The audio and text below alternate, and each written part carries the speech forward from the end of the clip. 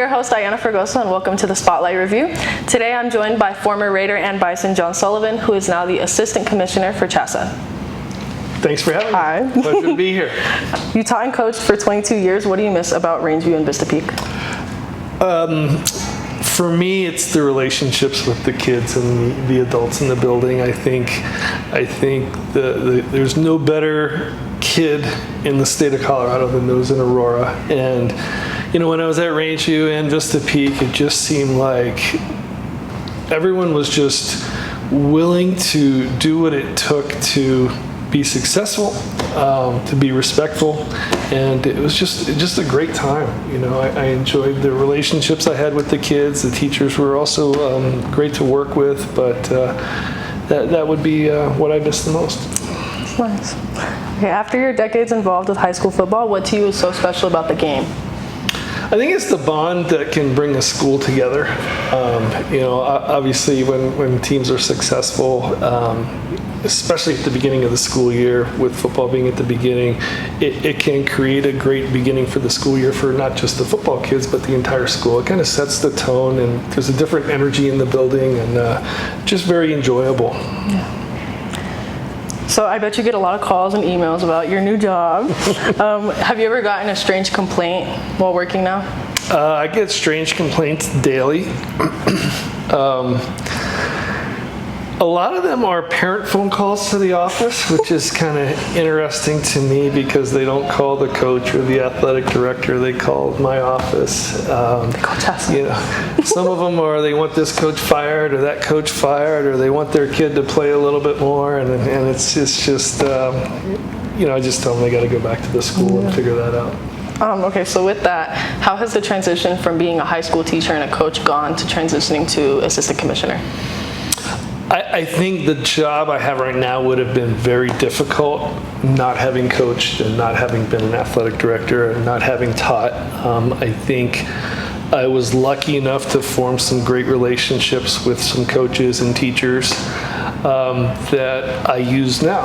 I know I can make a phone call to different parts of the state and different coaches and get an honest opinion, get great feedback.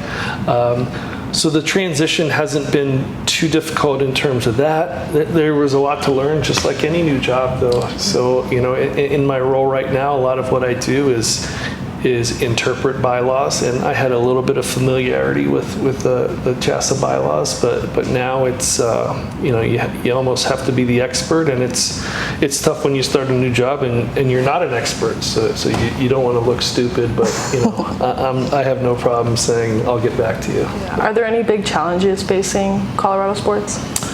I think there's a couple. I think a big challenge right now with some of these higher profile sports is the influence of club sports and the push and pull that a lot of kids feel with their club programs versus their high school programs.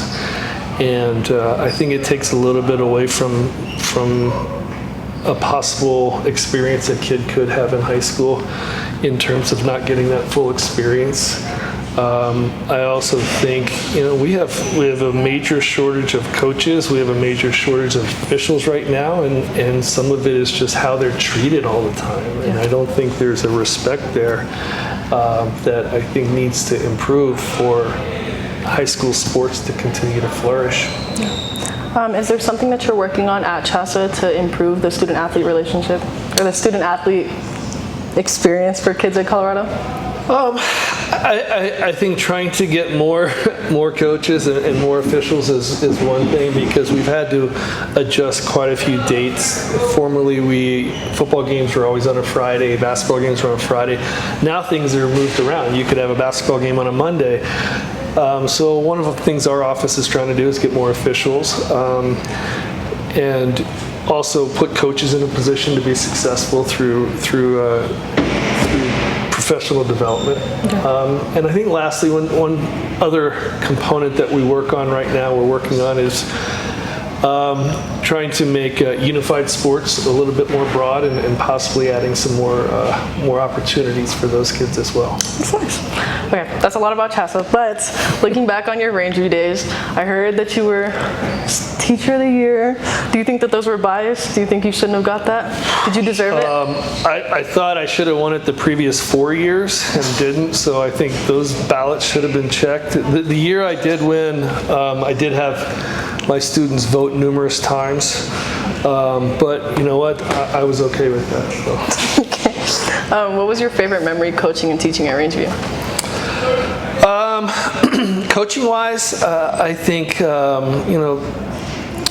some of the football games that we had a couple really good runs deep in the playoffs with some really talented kids.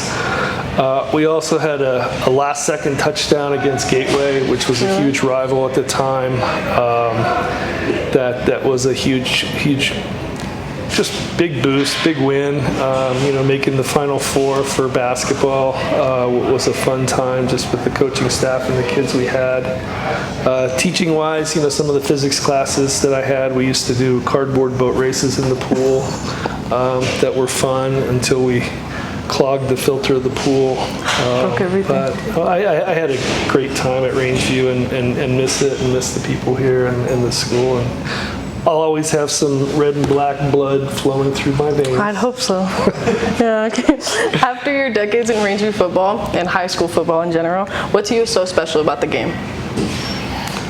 I think in general, what I mentioned before, it's just the ability of not just football, but sports to bring a school together and bring a community together and just have everybody be rooting for one thing. I think right now there's so much going on in students' lives, so it's really cool for 2 hours for everybody to be at one spot and be cheering for the same thing and rooting for the same thing and sad at the same time or happy at the same time. It's just a cool experience when you do things together like that, and that's what sports can do for kids. So as you know, Rangeview and Vista Peak are going against each other tomorrow. Who do you think will win this rivalry game? And watch what you say. I haven't done a lot of research this year. I know Rangeview won last year. They're on a one-game win streak against Vista Peak. I think they lost the previous few games. Gosh. I would have to probably lean a little bit more towards Rangeview right now with that win, but again, it could go either way. I think it'll be a great game. Thank you. All right, everybody, that was John Sullivan. Thank you for watching Raiders Spotlight.